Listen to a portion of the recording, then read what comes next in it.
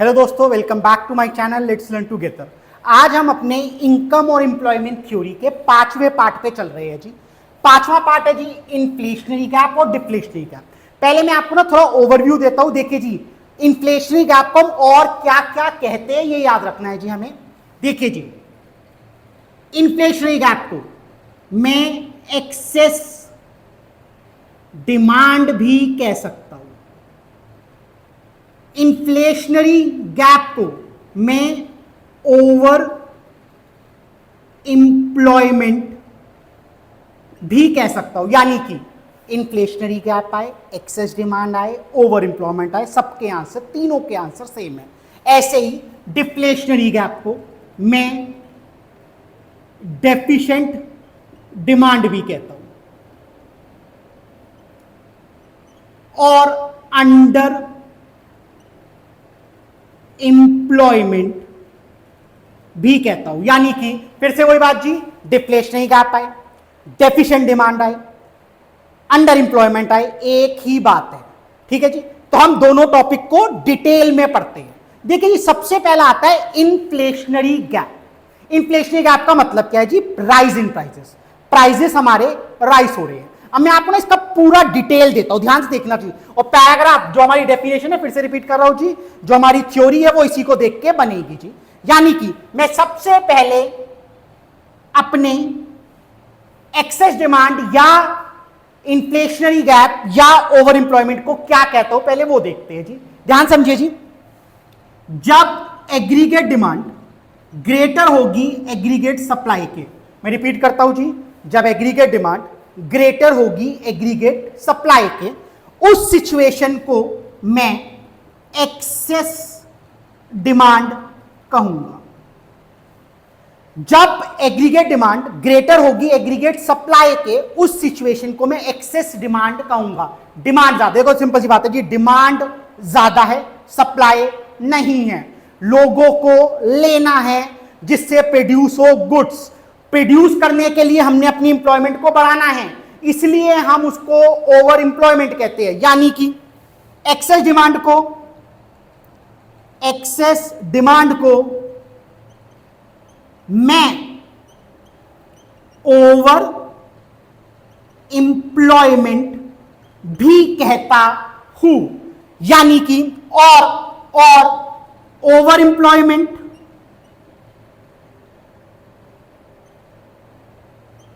और full employment के gap को मैं इन्फ्लेशनरी गैप कहता हूं। इन्फ्लेशनरी गैप एग्जिस्ट होता है जहां पर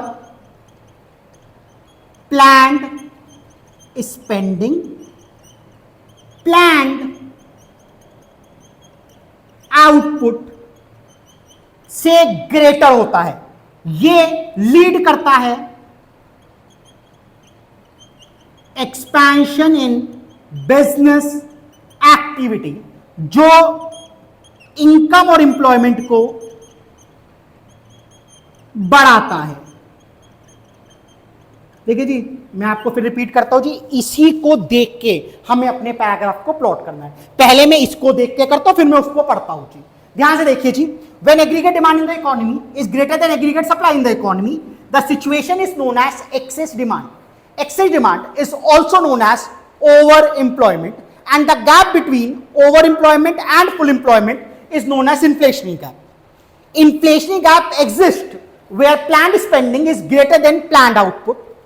It is an expansion business activity which increases income and employment in the economy. यही सेम हमने अपने पैराग्राफ में लिखा है, पूरा स्टेटेड इस चीज को हमने अपने पैराग्राफ में फॉर्म कर दिया है। अब मैं आपको उसकी कर्व दिखाता हूं जी। देखिए जी, सबसे पहले हमें फुल एम्प्लॉयमेंट पढ़ना है। देखो जी, जिसने फुल एम्प्लॉयमेंट, जिसको नहीं पता ओवर एम्प्लॉयमेंट, जिसे मैंने छोटी सी इस पे शॉर्ट्स बनाई थी, वो आप शॉर्ट देख सकते हैं जी। अब देखिए जी, मेरी बात सुनिए जी, C+I में भी सेम ही कर्व बन रहा था फुल एम्प्लॉयमेंट का जी। देखिए जी, मैंने ये बनाई जी AS, जो ओरिजिन से होते हुए ऊपर की तरफ गई।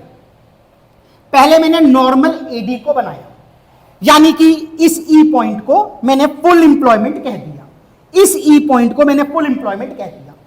अब एग्रीगेट डिमांड ग्रेटर है, यानी कि सिंपल सी बात है, जब एग्रीगेट डिमांड ग्रेटर है तो जो उसका कर्व है वो अपवर्ड बनेगा, यानी कि पहले नीचे की तरफ आ रहा था, अब ऊपर। फुल इंप्लॉयमेंट ये रहा, ओवर इंप्लॉयमेंट ये रहा। एक और मैंने AD1 बनाया, AD1 को मैं ओवर इंप्लॉयमेंट कहता हूं। ध्यान से देखना जी, ये लाइन जब हमने दोनों प्लॉट करी तो बीच में गैप आया, ये फुल इंप्लॉयमेंट और ओवर इंप्लॉयमेंट का गैप ही है जी। इस गैप को मैं इन्फ्लेशनरी गैप कहता हूं, यानी कि gap between over employment and full employment is known as inflationary gap. ये पूरा देखिए जी, 4 नंबर का क्वेश्चन डेफिनेटली आने के चांसेस है जी, नहीं तो इन्फ्लेशन, नहीं तो डिफ्लेशन, नहीं तो उन दोनों का डिफरेंस। बताता हूं जी अभी सब कुछ जी। ये कर्व समझ में होपफुली आ गया होगा, मैं एक बार फिर से रिपीट कर देता हूं जी। पहले मैंने एस बनाया, ओरिजिन से शुरू हुआ, 45 डिग्री लाइन फॉर्म करी, नॉर्मल एडी बनाया, ई पॉइंट आया फुल इंप्लॉयमेंट का। एग्रीगेट डिमांड ज्यादा है, एग्रीगेट सप्लाई कम है, कर्व अपर की तरफ जाएगा, ऊपर की तरफ चला गया जी, E1 हो गया जी। E1 को मैंने ओवर इंप्लॉयमेंट कह दिया, इन दोनों के गैप को मैंने इन्फ्लेशनरी गैप कह दिया। अब हम इसकी बात करते हैं इसके इफेक्ट्स की, पूरे में इफेक्ट लिखना जरूरी है। देखिए जी, सबसे पहले बात सुनिए जी, एग्रीगेट डिमांड ज्यादा है तो पहला इफेक्ट तो इंप्लॉयमेंट में आएगा, इंप्लॉयमेंट बढ़ेगा क्योंकि एक्सपेंशन बिजनेस एक्टिविटी है, इंप्लॉयमेंट बढ़ेगी, आउटपुट या प्रोडक्शन एक ही बात है वो भी बढ़ेगा। इन्फ्लेशन को कहते ही राइज इन प्राइसेस है, ये तीसरी बात है जी। एक्सपेंशन बिजनेस एक्टिविटी, देखिए जी सिंपल है, इसी में से इफेक्ट निकल रहे हैं जी। सबसे पहला राइज इन प्राइसेस, दूसरा राइज इन आउटपुट, आउटपुट को मैं प्रोडक्शन भी लिख सकता हूं। अगला राइज इन एम्प्लॉयमेंट, लोगों को लेने की जरूरत है, डिमांड ज्यादा है, सप्लाई नहीं है, ये हमारे बिजनेस को बढ़ाएगा। ये पूरा टॉपिक इन्फ्लेशनरी गैप का है। होपफुली इन्फ्लेशनरी गैप आपको बिल्कुल समझ में आएगा। अब हम अपने दूसरे टॉपिक की तरफ चलते हैं, डिफ्लेशनरी गैप। 3 नाम याद रखना जी, डिफ्लेशनरी गैप, डेफिशिएंट डिमांड और अनएम्प्लॉयमेंट, तीनों एक ही नाम है जी। देखिए जी, पहले मैं ऐसे ही बिल्कुल प्लॉट करता हूं, फिर एक बार डेफिनेशन को बोलूंगा जी। देखिए जी, जब एग्रीगेट डिमांड लेस होगा एग्रीगेट सप्लाई से। अच्छा जी, ध्यान से मेरी बात समझना जी, पूरी मैक्रो में एक्सेस सप्लाई का जिक्र नहीं है, याद रखना जी। डिमांड ही लेसर है, सप्लाई ग्रेटर नहीं है जी, दोनों में अंतर है, कॉलेज में अच्छी तरह बताऊंगा। तो याद रखना जी, supply is greater than demand बिल्कुल गलत, डिमांड लेस देन सप्लाई बिल्कुल सही। यानी कि डिमांड लेस है सप्लाई के, इस सिचुएशन को मैं कहता हूं डेफिशिएंट डिमांड। डेफिशिएंट डिमांड को मैं और कहता हूं अंडर एम्प्लॉयमेंट। अंडर एम्प्लॉयमेंट और फुल एम्प्लॉयमेंट और अंडर एम्प्लॉयमेंट के गैप को मैं कहता हूं deflationary gap. Deflationary gap exist होता है जहां पर प्लान्ड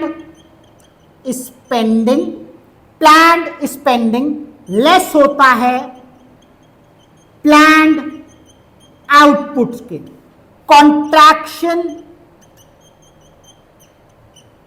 इन बिजनेस एक्टिविटी से कहते हैं लोगों को निकालने का समय डिक्रीज हो गया,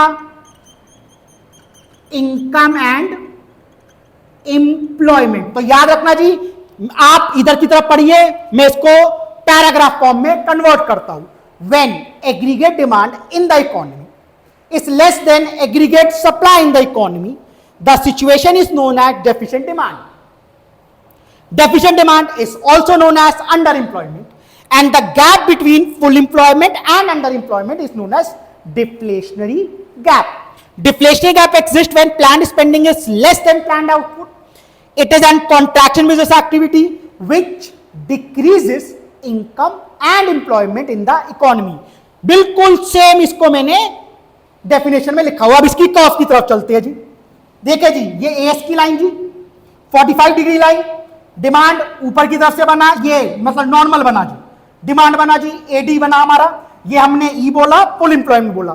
याद रखना जी, जब कोई चीज डिक्रीज हो रही है तो वो डाउनवर्ड जाएगी, जैसे इसमें अपवर्ड जा रही थी, इसमें डाउनवर्ड जाएगी, यानी कि इस लाइन के नीचे की तरफ से कर्व बनेगी। एडी हमने बना दिया जी, E1 आया जी। इन दोनों देखो जी, E और E1 के गैप को मैं डिफ्लेशनरी गैप कह रहा हूं।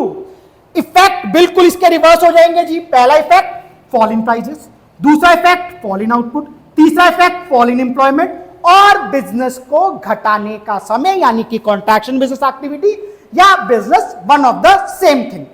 अगर ये आता है ना जी, देखिए बेसिकली ये आता है, ये आता है, ज्यादातर 4 नंबर के लिए ही आता है। इफेक्ट अलग से भी आ सकते हैं, इसके साथ भी पूछे जा सकते हैं, एक या दो लाइनें ऐड कर लेना। डिफरेंस आता है तो 6 नंबर के लिए इंपॉर्टेंटली आता है, ठीक है जी। तो ध्यान से देखिए, डिफरेंस इन्हीं से हमारे प्लॉट हो जाएंगे। देखिए जी, ए पॉइंट ये रहा जी, जब एग्रीगेट डिमांड ग्रेटर होता है एग्रीगेट सप्लाई के सिचुएशन को मैं एक्सेस डिमांड कहता हूं। जब एग्रीगेट डिमांड लेस होता है एग्रीगेट सप्लाई के सिचुएशन को मैं डेफिशिएंट डिमांड कहता हूं। डेफिशिएंट एक्सेस डिमांड को मैं और ओवर एम्प्लॉयमेंट भी कह सकता हूं। दूसरा पॉइंट जी, पैराग्राफ में बना रहा हूं, कुछ नहीं कर रहा। डेफिशिएंट डिमांड को मैं और अंडर एम्प्लॉयमेंट भी कहता हूं। Gap between over employment and in full employment is known as inflationary gap. Gap between full employment and under employment is known as deflationary gap. Inflationary gap exists where planned spending is greater than planned output. Deflationary gap exists where planned spending is less than planned output. Last point, it is an expansion business activity which increases income and employment in the economy. Contraction business activity which decreases income and employment in the economy. देखिए जी, पहला point, दूसरा point, तीसरा point, चौथा point, पांचवा point और छठा point इसके हो गए जी हमारे कर्व। तो बेसिकली 6 नंबर के लिए 6 पॉइंट हमने लिख दिए। होपफुली पूरा का पूरा इन्फ्लेशनरी और डिफ्लेशनरी गैप या एक्सेस डिमांड या डेफिशिएंट डिमांड आपको या ओवर एम्प्लॉयमेंट या अंडर एम्प्लॉयमेंट आपको अच्छी तरह समझ में आया होगा। अब क्वेश्चन जितने ज्यादा पढ़िए, जितने भी ज्यादा पढ़िए, कोई क्वेश्चन नहीं समझ में आता तो आप मुझे भेजिए, मैं आपको समझाने की पूरी कोशिश करूंगा। होपफुली आज की पूरी क्लास आपके लिए बहुत वैल्यूबल रही होगी। Thank you so much for coming. My name is Milan Goyal. Thank you.